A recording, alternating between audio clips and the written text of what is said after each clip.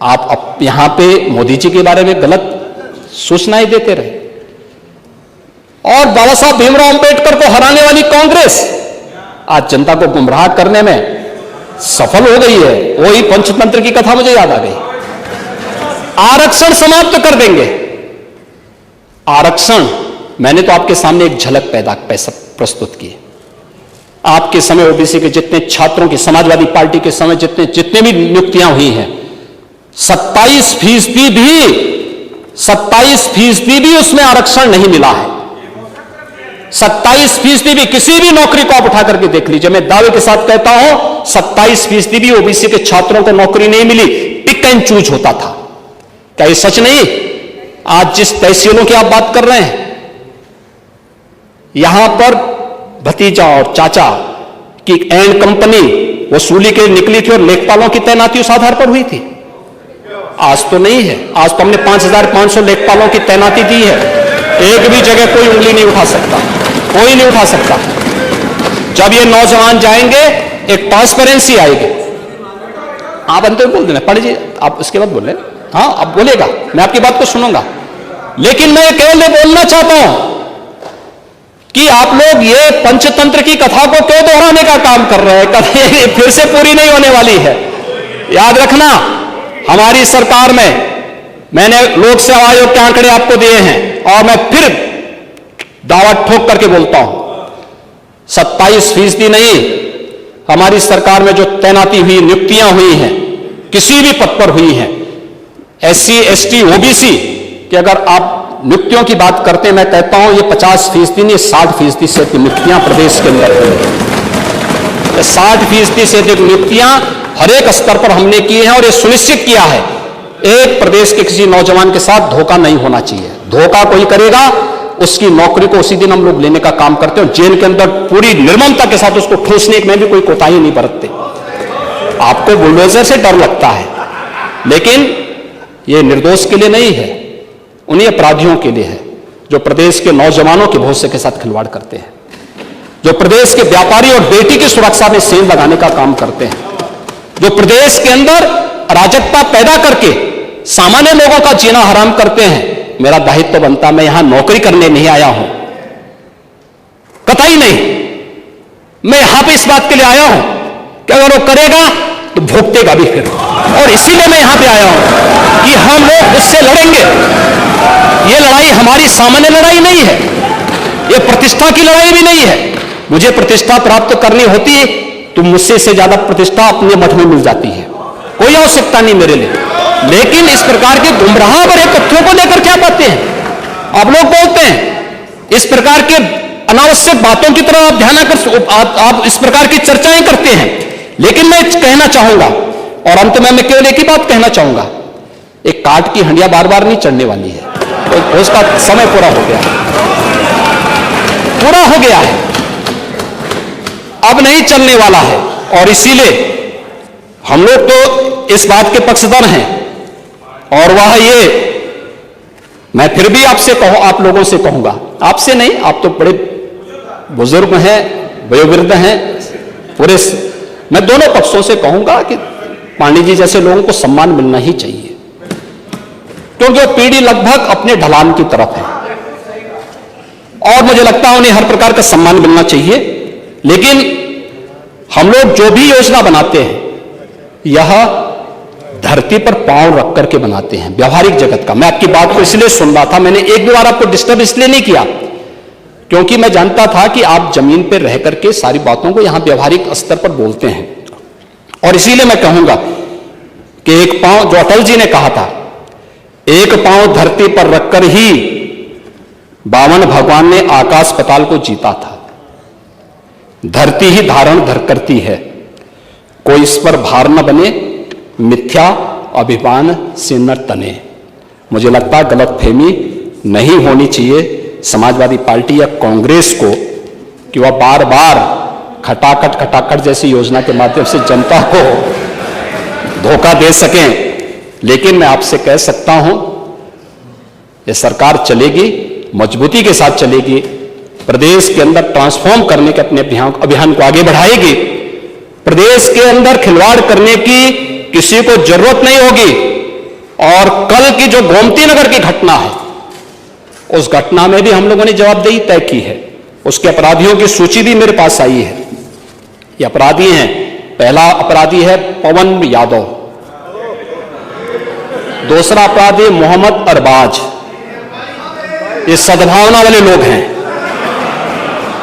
यानी सद्भावना, अब इनके लिए सद्भावना ट्रेन चलाएंगे, इनके लिए बुलेट ट्रेन चलेगी, चिंता मत करो। और उस बुलेट ट्रेन की तैयारी की जा रही है। और इसीलिए महिला सुरक्षा हमारे लिए सर्वोच्च महत्व रखता है। हमने इस बात को पहले दिन कहा है, कोई खिलवाड़ करेगा तो उसका खामियाजा भुगतेगा। हम लोगों ने इस बारे में हम लोगों ने आश्वस्त किया, एक एक बेटी को, एक एक बहन को हम लोगों ने इस बात के लिए आश्वस्त किया है।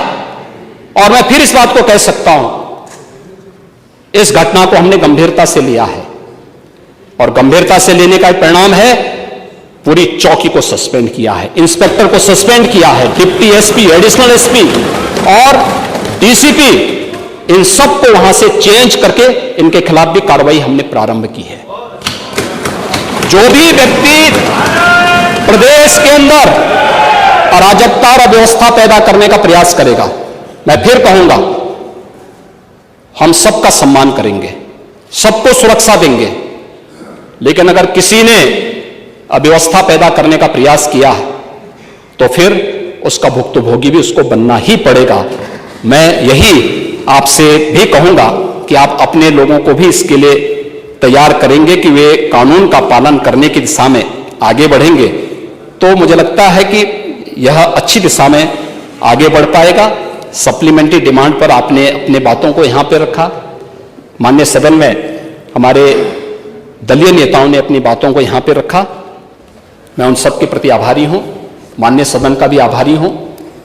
बहुत सारी बातें आप लोगों ने कही हैं, हमने खन्ना जी को अधिकृत भी किया है इसके लिए कि भाई देखो खन्ना जी, आप वित्त मंत्री हैं और सदस्यों की बात को वित्तीय ढंग से थोड़ा सोच करके उसको आगे बढ़ा दीजिए, और मुझे लगता है कि होगा, अच्छी दिशा में आगे बढ़ेगा। लेकिन हमें चिंता इस बात की होती है कि सदस्यों के बारे में परसेप्शन गलत न जाए बाहर। मुझे लगता है कि इस चीज की भी हमें चिंता होती है। सत्ता पक्ष के विधायक अपने प्रस्ताव समय पे देते हैं तो उन्हें त्वरित आर्थिक विकास से पैसा मिला, और मुझे लगता है विपक्ष के सदस्यों को, खासतौर पर समाजवादी पार्टी के सदस्यों को इसकी फुर्सत नहीं होती कि विकास करा सकते हैं, क्योंकि वहां पे क्षेत्र के विकास के बजाय स्वयं के विकास में ज्यादा ध्यान रहता है, इसलिए वो ज्यादा प्रस्ताव दे नहीं पाते। तो उसमें हमारे पास जो प्रस्ताव आते हैं, हम उसमें प्रस्ताव आते हैं तो प्रस्तावों पे हम विचार करते हैं, ऐसा नहीं विचार में करते हैं। लेकिन एक साम्यता सांसद और विधायक के बीच में भी होना चाहिए। दूसरा, विधायकगण जहां पे जिन कार्यों के लिए करते हैं, देखिए आज इंफ्रास्ट्रक्चर का जो भी काम हो रहा है, निवेश का जो भी काम हो रहा है, यह कहीं ना कहीं किसी क्षेत्र में ही हो रहा है, किसी जनपद में ही हो रहा है, और उसके बेहतरीन परिणाम आने चाहिए। हमारा तो प्रयास होना चाहिए कि होता है कि सभी 75 जनपदों में समान रूप से कार्य हो। जैसे बिजली सबको दे दी गई, आज कोई भेदभाव तो नहीं है। आपके जितने भी सिंचाई की योजनाएं आई, वो सभी जगह पहुंच रही है, सब जगह बनाने का प्रयास किया जा रहा है। इसी का परिणाम है कि 86% भूमि हमारे पास सिंचित है। लेकिन इस दिशा में एक प्रयास, और सरकार अपने कार्यक्रमों को आगे बढ़ा रही है। इस सरकार के द्वारा जो भी प्रयास है, जो चीजें हमारे सामने आई हैं, उस दिशा में आगे बढ़ा रहे थे। एक कांग्रेस के हमारी सम्मानीय नेता ने जो बात कही थी जल जीवन मिशन के बारे में, कल भी उनका प्रश्न था और संभवतः वह उसका पूरा जवाब उनको नहीं मिल पाया होगा। लेकिन मैं उनको इस बात के लिए और माननीय सदन को इस बात के लिए आश्वस्त करूंगा, जल जीवन मिशन में जितने भी कार्य हो रहे हैं,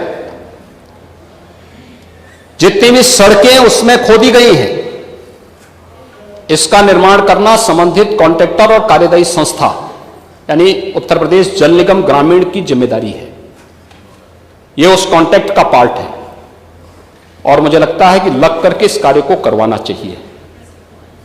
दूसरा, इस योजना को सस्टेनेबल बनाने के लिए कॉन्ट्रैक्टर और कार्यदायी संस्था 10 वर्ष तक उसके रखरखाव की जिम्मेदारी भी उठाएगी। ये उस प्रोजेक्ट का पार्ट है और उसको हम सुनिश्चित करवाएंगे। मैं आपको सभी को इस बात के लिए आश्वस्त करता हूं, तात्कालिक रूप से सड़कें खुदी होंगी, क्योंकि उसकी क्वालिटी की जांच को लेकर के, अन्य मुद्दों को लेकर के हम इस कार्यक्रम को देख रहे हैं। लेकिन यह योजना समय से आगे बढ़ेगी। देश के अंदर सबसे तेज गति से चलने वाली योजनाओं में से योजना है और मुझे लगता है कि इस योजना को समयबद्ध तरीके से हम लोग आगे बढ़ा करके प्रदेश की प्यास को बुझाएंगे ही, लेकिन साथ साथ इसको सस्टेनेबल भी बनाएंगे कि लंबे समय तक, 10 वर्ष तक तो मिनिमम है, लेकिन इसको हम एक लंबे समय तक, आप देखते होंगे पहले पाइपलाइन बिछती थी, 25-30 वर्षों तक पाइपलाइन चलती थी। हम इसको उसी क्रम में आगे बढ़ाने का काम करेंगे, क्योंकि बहुत सारी बीमारियां ऐसी हैं जो शुद्ध पेयजल के अभाव के कारण होती हैं। अगर हम एक बार इसको करने में सफल हो गए तो लोगों के जो बीमारी का खर्चा है इसको कम करने में हमें मदद मिलेगी। मैं इसके साथ ही अध्यक्ष जी, मैं आपका आभारी हूं कि अपने स्वास्थ्य की चिंता किए बगैर आपने इस सदन को यहां पर चलाया है और इस सदन को बहुत शांतिपूर्ण तरीके से चलाने का आपके पास एक रिकॉर्ड है। ट्रांसफॉर्म करने के लिए दिशा में भी आपने जो काम सदन के लिए किए हैं अत्यंत अभिनंदनीय है। कल मैं देख रहा था असम की विधानसभा की पूरी टीम यहां पर आई थी, यहां पर ई विधान को देखने के लिए, जो ये टैबलेट लगे हुए हैं, कैसे हमारी एक कार्य पद्धति होती है। असम विधानसभा की पूरी टीम आई थी, वो मुझसे मिलने के लिए भी आई थी, ये विधान भवन के कार्यालय में। जब हम अच्छा काम करते हैं तो अन्य राज्य भी उसका अनुकरण करते हैं और तमाम राज्यों की टीम आ रही है। मैं राजस्थान की टीम को भी देख रहा था, मध्य प्रदेश की टीम को भी देख रहा था, अन्य राज्यों की टीम को भी देख रहा था। तो समय पे कदम उठाए जाएंगे तो उसके बेहतरीन परिणाम भी हमारे सामने आएंगे।